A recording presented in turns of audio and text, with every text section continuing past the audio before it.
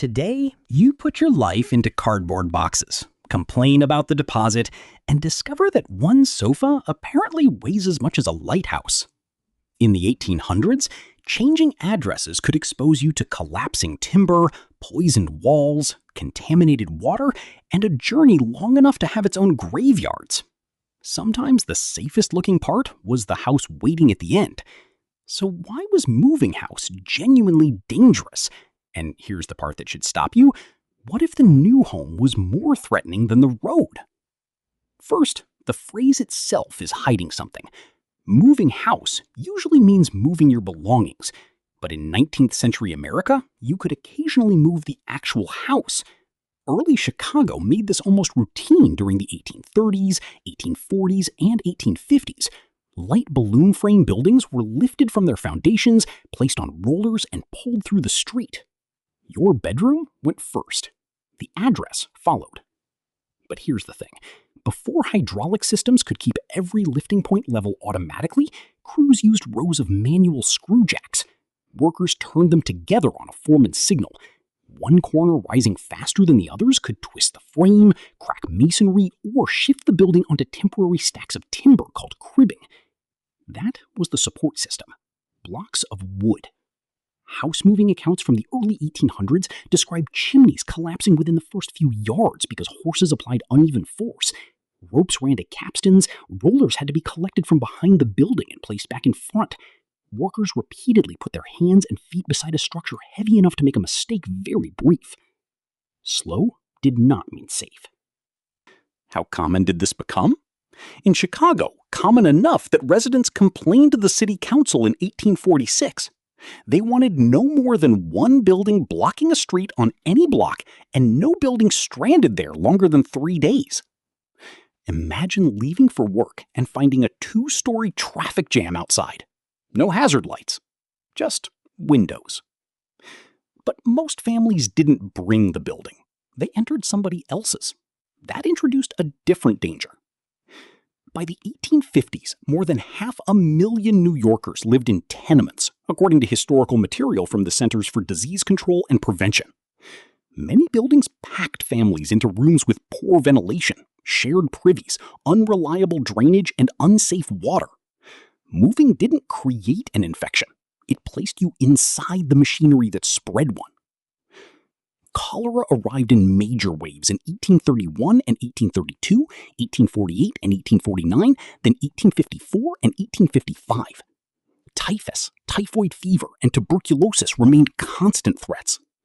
The poorest districts suffered most because crowded housing, polluted water, and inadequate sanitation kept exposure close. Your neighbor wasn't the only neighbor. So was their waste.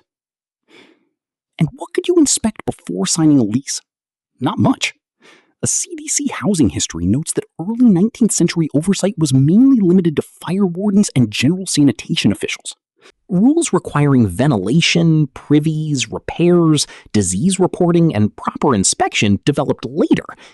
A room could look newly prepared while sharing water and air with an entire building's problems. Clean paint, dirty system. But here's the part that gets stranger. A fashionable home could introduce hazards of its own. Scheele's green, invented in 1775, gave decorators a vivid pigment made with arsenic. Later greens appeared in wallpapers, fabrics, toys, candles, and household objects. Concern about arsenic wallpaper was being recorded by 1839. You could move into the most stylish room on the street and discover that the wall covering contained an ingredient better suited to a murder mystery. Lead was quieter. It appeared in paint, pigments, pipes, and plumbing. Exposure could accumulate slowly, producing digestive, neurological, and developmental damage that didn't point neatly back to the building. Add coal fires, oil lamps, smoke, soot, and inconsistent ventilation, and settling in became a chemistry experiment conducted while asleep. So was staying in the city the dangerous choice? Not exactly. You could always move west, which was the 19th century version of solving a housing problem by adding 2,000 miles. From 1841 to 1869, roughly 350,000 immigrants attempted the major Western trails. The National Park Service says nearly 1 in 10 did not survive. A typical trip took 4 to 6 months at only 10 to 15 miles a day. Wagons were so full of food, tools, bedding, and possessions that travelers usually walked beside them. The wagon carried your house. Your feet carried you. But here's the twist. The dangers celebrated in Westerns were not usually the biggest ones. The National Park Service identifies disease as the leading killer by a wide margin. Cholera alone could kill through dehydration within hours.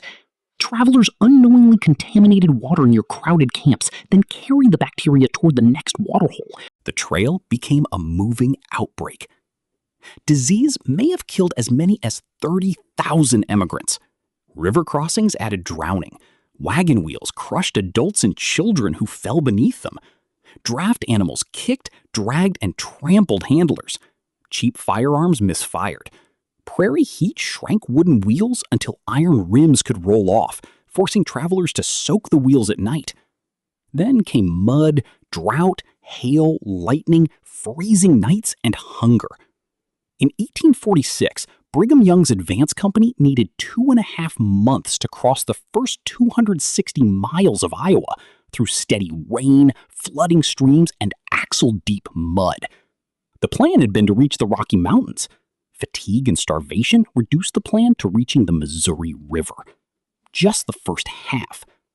But why did the danger seem to follow the address? In 1854, London physician John Snow investigated cholera around Broad Street.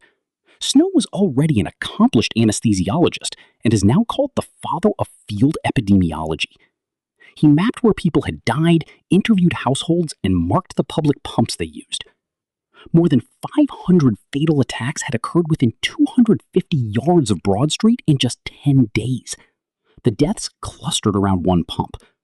Even 2 victims living miles away had specifically obtained its water. Meanwhile, workers at a nearby brewery largely escaped the outbreak because they used a private well and received a daily beer allowance. Medical history's most responsible lunch break. Snow then compared districts served by 2 water companies. One drew Thames water downstream from London's sewage. The other had moved its intake upstream in 1852. During 7 weeks in 1854, the cholera death rate in the downstream company's exclusive districts was more than 5 times higher. Snow's work should have made one fact impossible to ignore. Changing your water source could change whether you lived. Your address really could predict your danger. Except here's where it gets complicated. The house was not cursed. The pump was not malicious. Cholera is caused by Vibrio cholerae, spread through food or water contaminated with human waste. Crowding amplified exposure. Bad drainage moved contamination. No supernatural property attached itself to a lease. The boring explanation was infrastructure. It also explains why trail camps became lethal. Each group used the same crowded stopping places and water sources. Someone infected upstream could contaminate the supply for families arriving later.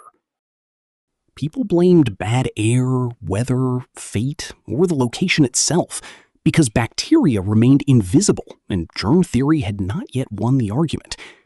But here's the leftover problem. Contaminated water does not explain reports of people becoming ill inside rooms covered with arsenic wallpaper. In 1893, Italian physician Bartolomeo Gozio showed that molds could transform arsenic compounds and release a volatile substance, later identified as trimethylarsine. That appeared to solve the wallpaper mystery. Damp room, arsenic pigment, toxic gas. Except modern researchers have questioned whether the gas could have accumulated in quantities large enough to cause every illness blamed on it. The arsenic was real, the reported sickness was real, but the exact route, dust, direct contact, mold, gas, or several hazards together doesn't close neatly. So it was probably engineering, infection, and toxic materials. Ordinary mechanisms multiplied by bad timing. But when a house can collapse on the road, poison its occupants, or deliver contaminated water through the wall, calling it just a move feels optimistic. Tonight, your house will probably remain exactly where you left it. Probably. And if you're wondering how ancient humans made ice in the desert, that was the last mystery. Because apparently refrigerators and stationary buildings are both suspiciously recent luxuries. Leave the strange question you want answered next in the comments, preferably before your wallpaper starts feeling defensive.